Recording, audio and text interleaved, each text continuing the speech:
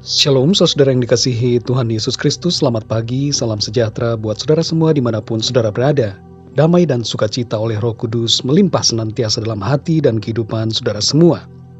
Sebelum kita mendengarkan firman Tuhan, mari sama-sama kita berdoa.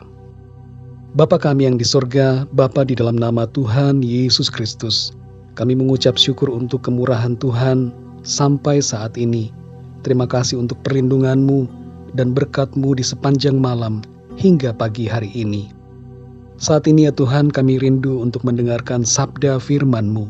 Urapilah setiap kami, jamahlah hati kami, supaya kami dapat mengerti apa yang menjadi kehendak-Mu bagi setiap kami.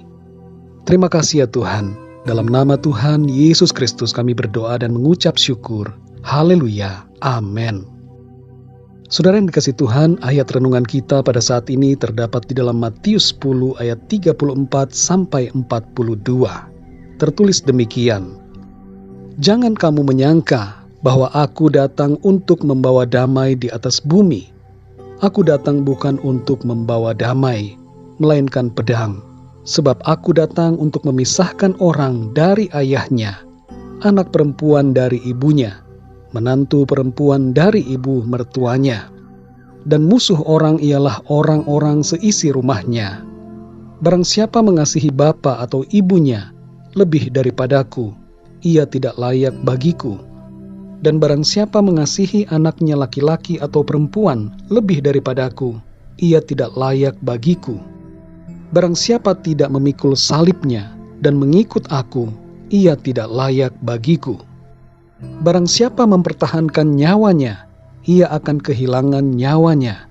Dan barang siapa kehilangan nyawanya karena aku, ia akan memperolehnya. Barang siapa menyambut kamu, ia menyambut aku. Dan barang siapa menyambut aku, ia menyambut Dia yang mengutus aku. Barang siapa menyambut seorang nabi sebagai nabi, ia akan menerima upah nabi. Dan barang siapa menyambut seorang benar sebagai orang benar, ia akan menerima upah orang benar. Dan barang siapa memberi air sejuk secangkir saja pun kepada salah seorang yang kecil ini, karena ia muridku, aku berkata kepadamu, sesungguhnya ia tidak akan kehilangan upahnya daripadanya."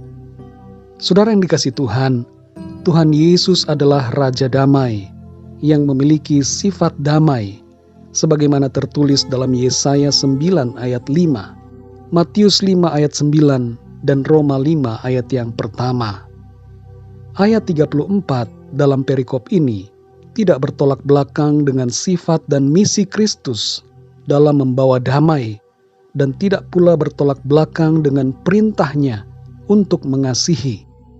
Namun apa yang dinyatakan dalam ayat ini bermakna bahwa unsur-unsur kegelapan dunia ini tidak menyukai karya keselamatan di dalam Kristus, sehingga akan terjadi pertentangan, dan sebagai akibatnya iman kepada Kristus akan membawa pemisahan dalam keluarga dan lingkungan masyarakat yang berbeda iman.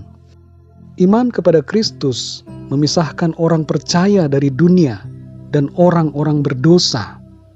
Pemberitaan tentang salib Kristus akan mendapatkan perlawanan, dan kehidupan yang dijalani sesuai dengan standar kebenaran Kristus akan mendapatkan cemoohan.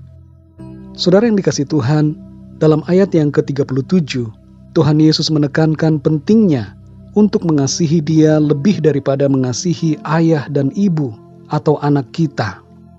Intinya, tidak boleh ada yang kita kasihi lebih daripada Kristus.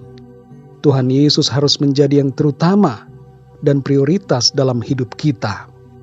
Ini berarti bahwa apabila orang-orang lain yang kita kasihi di dunia ini hendak menjauhkan kita dari Tuhan Yesus, maka pilihan kita adalah tetap Tuhan Yesus. Orang yang menolak Kristus karena takut kehilangan nyawa justru akan mengalami kebinasaan. Sebaliknya, yang setia memilih Kristus akan mendapatkan keselamatan dan kehidupan yang kekal.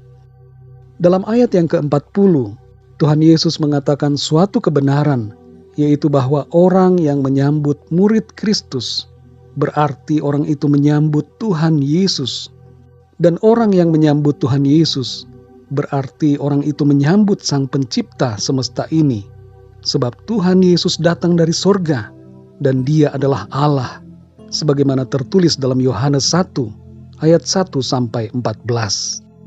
Dalam bagian yang terakhir dari perikop ini, Tuhan Yesus mengatakan bahwa orang yang menyambut seorang yang terkecil dari murid Tuhan Yesus tidak akan kehilangan upahnya daripadanya. Saudara yang dikasihi Tuhan, makna dari ayat-ayat dalam perikop ini adalah yang pertama, kasihilah Tuhan lebih daripada siapapun juga. Ada seorang wanita muda memberikan kesaksian bahwa ia lebih memilih single daripada harus menikah dengan calon pasangan yang tidak beriman kepada Tuhan Yesus. Ia tidak mau mendukakan Roh Kudus dengan berpasangan dengan kegelapan. Yang kedua, saudara, setialah selalu kepada Tuhan Yesus dan tetaplah teguh dalam iman dan pengharapan kita kepadanya. Ayah saya pernah ditawari untuk pindah keyakinan supaya diangkat menjadi salah satu direktur di sebuah BUMN. Tapi ayah saya tidak mau. Kita harus punya prinsip, saudara. Sekali Yesus tetap Yesus. Jangan mundur atau beralih, tapi mari terus maju mengiring Tuhan Yesus.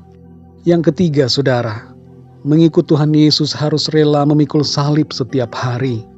Kita telah mati bagi dosa, dan hidup kita sekarang adalah hidup bagi Tuhan. Jalani kehidupan ini dengan mentaati segala perintah-Nya. Yang keempat, saudara, sambutlah saudara-saudara seiman dalam Tuhan Yesus, karena kita semua adalah murid-murid-Nya. Dengan saling menyambut satu sama lain, kita menyambut Tuhan Yesus dalam hidup kita. Saudara yang dikasihi Tuhan, satu hal lagi adalah percayalah kepada Tuhan Yesus. Barang siapa percaya kepada Tuhan Yesus, ia percaya kepada Tuhan, Allah Sang Pencipta alam semesta ini. Mari kita berdoa, saudara.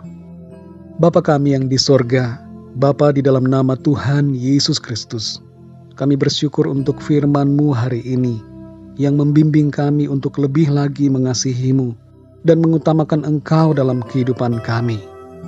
Tolong kami Tuhan, untuk selalu setia dalam iman dan kasih kami kepadamu. Ada begitu banyak hal di dunia ini yang mencoba untuk mengalihkan iman kami, tapi kami tetap mau teguh di dalam-Mu Tuhan. Sebab itu teguhkanlah kami ya Tuhan.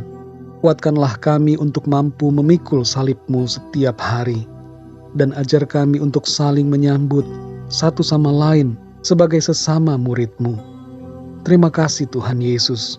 Kami mau selalu percaya kepadamu dan menyambut-Mu dalam hati dan hidup kami.